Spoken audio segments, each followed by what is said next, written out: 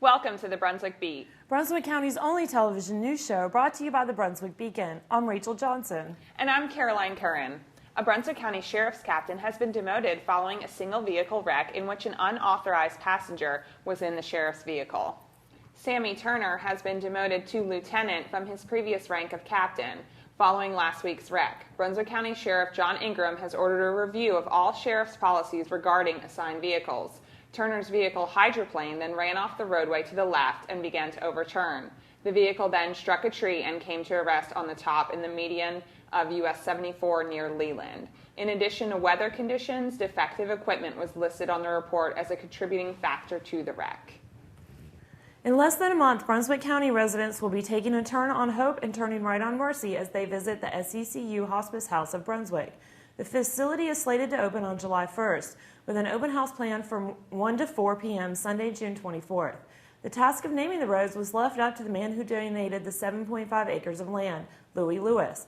But he takes no credit. He says he never owned the land, it belonged to God.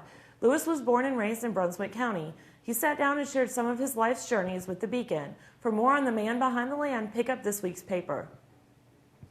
Crown Management has come back to the negotiating table to purchase the former Brunswick Community Hospital. They were the sole bidder when commissioners began the upset bid process to purchase the 60-bed former hospital and the 30-plus acres on which it sits last year. In April, Crown Management, who announced plans to locate an acute care psychiatric treatment and residential facility in the old hospital, withdrew their $1.5 million bid, leaving county commissioners with no viable bidders. But Crown recently submitted another revised offer to purchase the circa 1976 hospital facility. The proposal would lease the hospital to Crown for $1 a year for 5 years.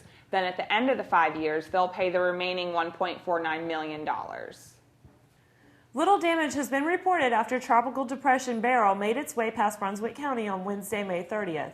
As emergency officials predicted, Beryl's rains were the main culprits, accounting for several traffic wrecks and a few downed trees throughout Brunswick County. The 911 center received several calls about traffic wrecks, several trees down, mainly due to oversaturation from all the rain. Beryl's strongest wind gust, 46 miles per hour, was reported on Bald Head Island. The Atlantic hurricane season officially began June 1st. Look inside this week's Beacon for a special hurricane survival guide. Beginning July 1st, Brunswick County Animal Services will be under the umbrella of the Brunswick County Sheriff's Office. County commissioners unanimously approved the transfer of the Animal Services Department, which includes both animal control enforcement and managing the animal shelter, to the Sheriff's Office from the county's Health Department. The move was first approved by the county's Board of Health last month. Commissioners are expected to adopt an ordinance change at their next meeting to complete the transfer. Brunswick County Health Director David Stanley said the Health Department would continue to monitor animal bites and rabies cases as required by state law. All other functions will be under the Sheriff's Office. Chief Deputy Charlie Miller told commissioners their main goal for the shelter would be to adopt out more animals. With a current adoption rate of 17%, Miller said the goal was to increase that number immediately. Detectives have arrested 2 men for break-ins in the Old Fort Golf Course near Winnebago. Detectives arrested Michael Nucci, 23, and Nathan Hale, 16, for recent break-ins reported at the golf course. They have each been charged with 4 counts of felony breaking and entering and 4 counts of felony larceny. The investigation is ongoing. Detectives are still looking for some stolen property, including a white club car golf cart. Anyone with information about the break-ins or any of the stolen property is asked to contact Detective Justin Stadler or Detective Tate Bond at the Brunswick County Sheriff's Office at 253-2777. 2 Wilmington residents have been arrested in Brunswick County. The Brunswick County Sheriff's Office arrested Grady Harwell, 41, and Donna Moore, 49, for numerous breaking and entering and larceny incidents in the Ash and Shalote communities. Members of the Brunswick County Board of Education have agreed to start charging students for driver's education classes. At their meeting Tuesday, June 5th, board members voted to allow the school system to charge up to $25 per student for driver's ed courses. Until now, the school system did not charge students to take the course. The state allows school systems to charge up to $45 per student. Brunswick County Schools contracts its driver's education program through a private vendor, Brunswick Driving School. We continue this week with our final story in a series about West Brunswick High School graduate Ben McCune, who was injured while serving in Afghanistan. As McCune recounted his tale of the day more than 2 years ago, the truck he was in struck an improvised explosive device, breaking his back and killing his beloved platoon sergeant, Carlos Santono Silva. He took time out to talk about IUDs in Afghanistan. Find all these stories and much more in this week's Beacon, available on newsstands now. Hi, I'm Stacy Manning, Managing Editor of the Brunswick Beacon. Do you have a community event you'd like to tell our community about? You can email it to me at editor@brunswickbeacon.com, or you can log on to our website at www.brunswickbeacon.com. Look for the Submit News icon near the top right-hand corner of the page. Deadlines are noon each Friday.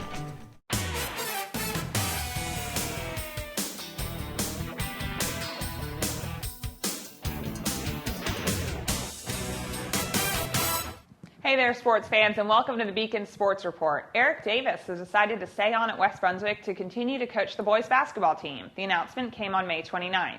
Davis had resigned earlier in May, citing family financial reasons. Davis's leaving seemed such a certainty that 2 going-away parties, one by the coaches and one by the players, had already been held for him. But his financial situation involving a house he was trying to sell has improved, so Davis has decided to stay. Davis has coached 2 years at West, and in that short time he led a resurgence of Trojan basketball. John Wiley, South Brunswick High School's state 3A wrestling champion at 152 pounds, received the 11th annual James Johnson Award Friday in South Gymnasium in front of junior and senior classes. The award, given by Takedown Report, goes to the top senior scholastic wrestler in Eastern North Carolina. Wiley finished the season 51-2. In his career, he has 137-36. The Wiley family will be moving to Arizona this month, and Wiley said he intended to continue his wrestling career at Arizona State University. The 29th annual Sudan Daredevils Flounder Tournament, based from the Charlotte Point Fire Department, is 7 a.m. until 5 p.m. June 8th and 9th. The captain's meeting is from 6 to 10 p.m. on June 7th at the fire department. Tournament participants who must have a North Carolina saltwater fishing license may fish all places between the Wildlife Landing at Sunset Harbor, including Blue Water Point and Little River Inlet. No ocean fishing and no congregation of boats is permitted. Fish must be weighed from 10 a.m. until 5:30 p.m. at Tripp's Fishing Center.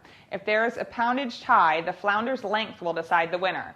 Tournament benefits the Sudan Daredevils of South Brunswick Island Shrine Club. For more information about the tournament, call Boo Patterson at 232-2974. You can read all these stories and see much more great photos in this week's Beacon.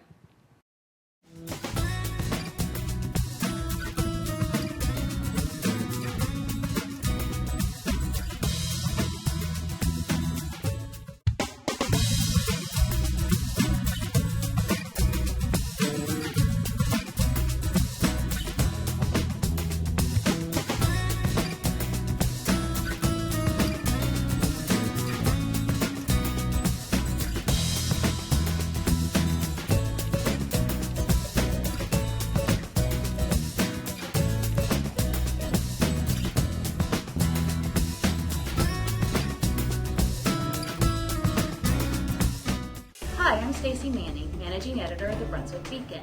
Did you get engaged recently or married? Have you celebrated a milestone anniversary? Or did you have a baby? How about letting us share the news with our readers? You can email your social news to me at editor@brunswickbeacon.com, or you can log on to our website at www.brunswickbeacon.com. Look for the Submit News icon near the top right-hand corner of the page. Deadlines are noon each Friday.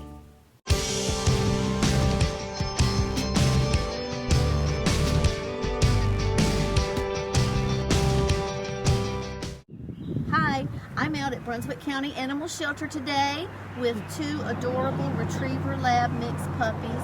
They're 2 months old, they're males. They've had their parvo and distemper shots. They still need to get their rabies shots. They have to wait and get that done when they're 4 months old. But they're good to go here. They're looking for homes. And I'm here today with the Sheriff's Department. They're here helping out at the shelter. So we really appreciate that too. And if you would like to visit with these adorable puppies and all the other dogs and cats available for adoption, you can visit here on Mondays through Fridays from 10 to 4. It's out here on Green Swamp Road, and they would love to meet you too. So come on out and visit with these adorable animals. Southport and visual images of its rich history are being commemorated once again, this time in a book that debuted this past Monday, June 4th. Simply titled Southport, this latest book in Arcadia Publishing Images of America series was written by Sharon Claudette Smith, whose family roots run deep in the seaside village, and co-author Sherry Monahan. The book features more than 200 vintage black and white pictures accompanied by memories of days gone by, according to a press release. Book highlights include Southport's early years, its boats and nets, school memories, and family, fun, and friends. Joe Memory, an Ocean Isle Beach resident who works as a sergeant with the Highway Patrol in Robeson County, has a passion to reach the youth of Brunswick County before it's too late and their lives are plagued by trouble. A year ago, Memory started Sunburst Ministries, targeting youth between the ages of 13 and 19. Memory and several area churches have teamed up to bring several events to the area for youth. Memory's goal is to see lives changed and souls saved. On June 16th, Sunburst Ministries will have a youth rally in Ocean Isle Beach, complete with a surfing competition. The day-long event begins at 8 a.m. and lasts until 7 p.m. A surfing contest, open to all ages, is from 8 a.m. until 1 p.m. on the beach directly in front of the cross close to the Ocean Isle Beach fishing pier. Contestants in the contest must pre-register at OIB Surf and Java in the Lowe's Food Shopping Center before June 16th. In addition to the surf contest, there will be activities throughout the day for the youth, including flag football, a donut eating contest, and other beach activities. The Carolina School of Surf will provide a few boards and lessons for beginner surfers. Registration for these activities isn't necessary. As the day progresses, lunch and dinner will be served and activities will move from the beach to the Oyster Festival site near the museum. From 2 to 7 p.m., youth will be engaged in praise and worship activities and hear a message delivered by Corey Hester on purity.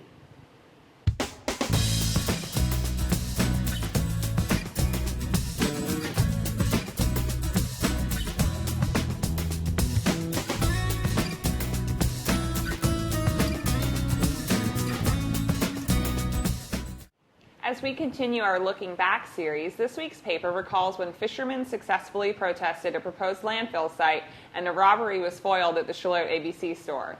In celebration of its approaching 50th anniversary this year, the Beacon reflects on what was happening in Brunswick County during the early 1980s.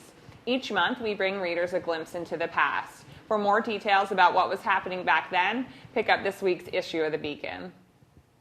That's all the time we have for tonight, but you can read all these stories and much more in this week's Beacon. If you have comments or suggestions for us here at the Brunswick Beat, you can email us at brunswickbeat@brunswickbeacon.com. And don't forget to follow the Beacon on Facebook and Twitter. Just search for the Brunswick Beacon. Thank you for joining us, and don't forget to tune in next week for a brand new edition of Brunswick Beat, Brunswick County's only television news show. We close this week's broadcast with photographs taken at the Waterway Art Association's 21st Annual Art Show reception. You'll find more pictures on the Be Seen page in this week's Beacon.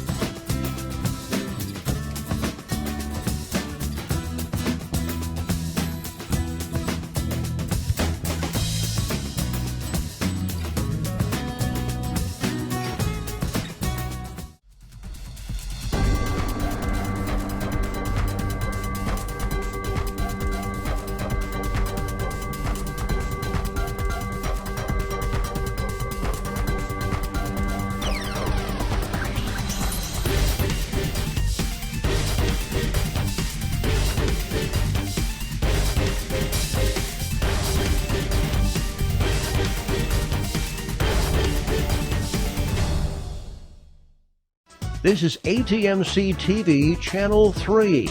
We bring you the best of Brunswick.